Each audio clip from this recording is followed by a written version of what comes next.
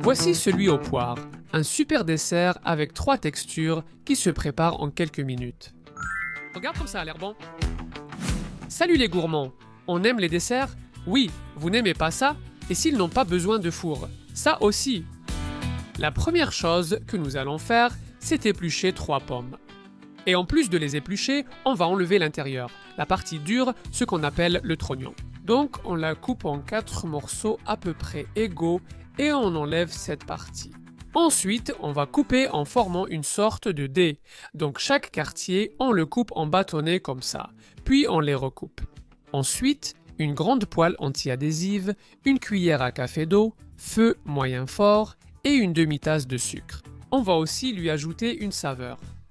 Avec une bonne cuillère d'amandes moulues. Si tu aimes beaucoup, mets-en une entière et si tu aimes normalement, une cuillère à café. En revanche, il faut une cuillère à soupe bien pleine de jus de citron, soit environ 10 ml.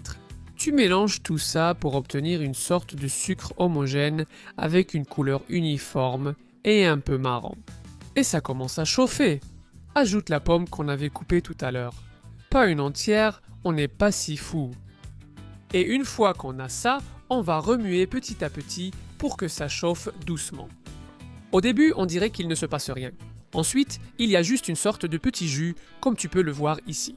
Et ensuite, ça se transforme en un caramel de plus en plus dense, qui va absorber la pomme elle-même. Rien que ça, c'est déjà un vrai délice. Et si tu aimes les desserts à la pomme, ça va te rendre fou. D'autre part, on va prendre quelques biscuits et les casser en petits morceaux. Simplement sur une assiette, tu les laisses là. Bien sûr, avec les mains bien lavées, c'est fondamental.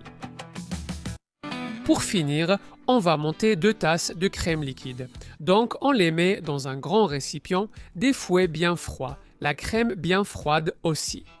Et on fouette jusqu'à obtenir une crème fouettée. Pas besoin d'ajouter du sucre ni rien, le reste des ingrédients va apporter ce qu'il faut. Fouette jusqu'à consistance ferme et apparition de sillon, c'est prêt. Le montage du dessert est très simple. Tu prends quelques verres et tu mets quelques biscuits au fond. Ensuite, tu ajoutes une couche de crème pour donner cette texture moelleuse que seule la crème apporte. On va secouer un peu pour que ce soit à peu près plat. Et on fait la même chose dans le verre que j'ai ici. Ensuite, une couche de pomme caramélisée, avec de la cannelle qui va apporter de la texture, du goût et de la fraîcheur. Ensuite, on répète l'opération. Plus de biscuits, plus de crème et on va finir en couronnant avec de la pomme. Comme ça, c'est joli et délicieux. Si ton récipient est plus large, une seule couche suffit, c'est-à-dire biscuits, crème et pomme. Voilà, en vérité, j'aime les 2 façons. Alors aide-moi à décider laquelle. Et en plus, je te les montre de près et c'est à toi de décider lequel tu préfères. Regarde, regarde, regarde, regarde, regarde comme il est appétissant, quel superbe dessert on a préparé en un rien de temps. Comme toujours, j'ai quelques doutes, mais ce dont je ne doute pas, c'est qu'il faut en profiter. C'est bon, non? Délicieux. Regarde, encore une cuillerée. Aide-moi.